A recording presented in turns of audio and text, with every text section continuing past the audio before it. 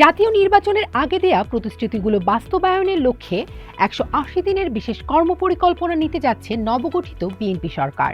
সচিবালয়ে গতকাল প্রধানমন্ত্রী তারেক রহমানের সভাপতিত্বে অনুষ্ঠিত প্রথম মন্ত্রিসভার বৈঠকে এ সিদ্ধান্ত নেওয়া হয়েছে। পরিকল্পনা অনুযায়ী কোন মন্ত্রণালয় কি কাজ করবে তা দ্রুত জমা দেওয়ার নির্দেশ দিয়েছে সরকার প্রধান। আশু কর্তব্য হিসেবে রমজানের দ্রব্যমূল্য, আইন শৃঙ্খলা ও বিদ্যুৎ জ্বালানি পরিস্থিতি স্বাভাবিক রাখার বিষয়ে প্রধানমন্ত্রী বিভিন্ন দিক নির্দেশনা দিয়েছেন।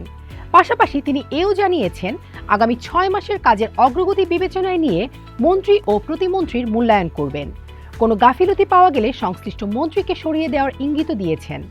মন্ত্রিসভার বৈঠক শেষে বেরিয়ে যাওয়ার সময় উপস্থিত সাংবাদিকদের কাছে সভার সিদ্ধান্ত ও আলোচনার বিষয় তুলে ধরেন স্বরাষ্ট্রমন্ত্রী সালাউদ্দিন আহমদ, তথ্য ও সম্প্রচার মন্ত্রী জহিরুদ্দিন স্বপন এবং প্রধানমন্ত্রীর উপদেষ্টা ডক্টর জাহিদুর রহমান। স্বরাষ্ট্রমন্ত্রী সালাউদ্দিন আহমেদ বলেন, প্রথমত সরকারের ১০০ দিনের কি অগ্রাধিকার থাকবে সেগুলো নির্ধারণ করতে হয়।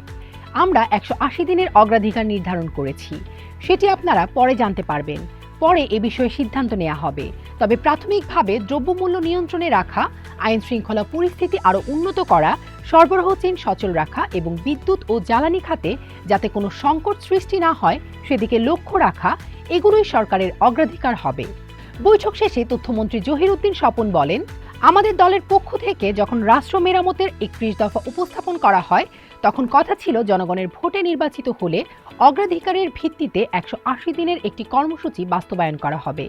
১৮০ দিন বেছে নেওয়ার কারণ হলো যে কোনো লক্ষ্য, সেটি আশু হোক বা দূরদর্শী, সেটি বাস্তবায়নের জন্য একটি বাস্তবসম্মত সময় দরকার। হিসেব করে দেখেছি, জরুরি যেসব বিষয় আমরা অ্যাড্রেস করতে চাই সেটিকে অন্তত একটা সম্মানজনক জায়গায় আনতে কমপক্ষে ১৮০ দিন হলে সুবিধা হয়। সেই অনুযায়ী ১৮০ দিনের একটি খসড়া পরিকল্পনা আমাদের তৈরি করা আছে। শিগগিরই আপনাদের মাধ্যমে তা দেশবাসী জানতে পারবে।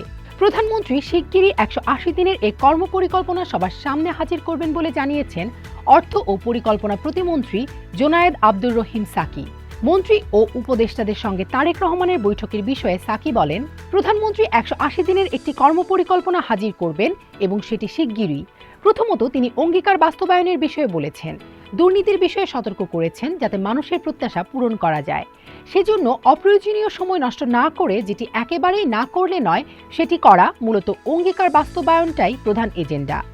আজ থেকে রমজান শুরু হয়েছে। এ সময় মানুষকে কতটা স্বস্তিতে রাখা যায়, বাজার, দ্রব্যমূল্য, আইন শৃঙ্খলা পরিস্থিতি, বিদ্যুৎ, সব দিক থেকে এটা এখন প্রত্যেকের আশু দায়িত্ব। পাশাপাশি নির্বাচনী ইশতেহারে যেসব অঙ্গীকার করা হয়েছে সেসব অঙ্গীকার বাস্তবায়নের কাজ শুরুর বিষয়ে কথা হয়েছে। স্বল্পমেয়াদী, মধ্যমেয়াদী ও দীর্ঘমেয়াদী উদ্যোগ গ্রহণ করা, এসব বিষয় নিয়ে আলোচনা হয়েছে। একই বৈঠক শেষে প্রধানমন্ত্রীর উপদেষ্টা ডক্টর জাহিদুর রহমান বলেন, একটি স্বচ্ছ ও কার্যকর সরকার নিয়ে জনগণের যে প্রত্যাশা, সে বিষয়টি প্রধানমন্ত্রী সবাইকে খুব গুরুত্বের সঙ্গে স্মরণ করিয়ে দিয়েছেন।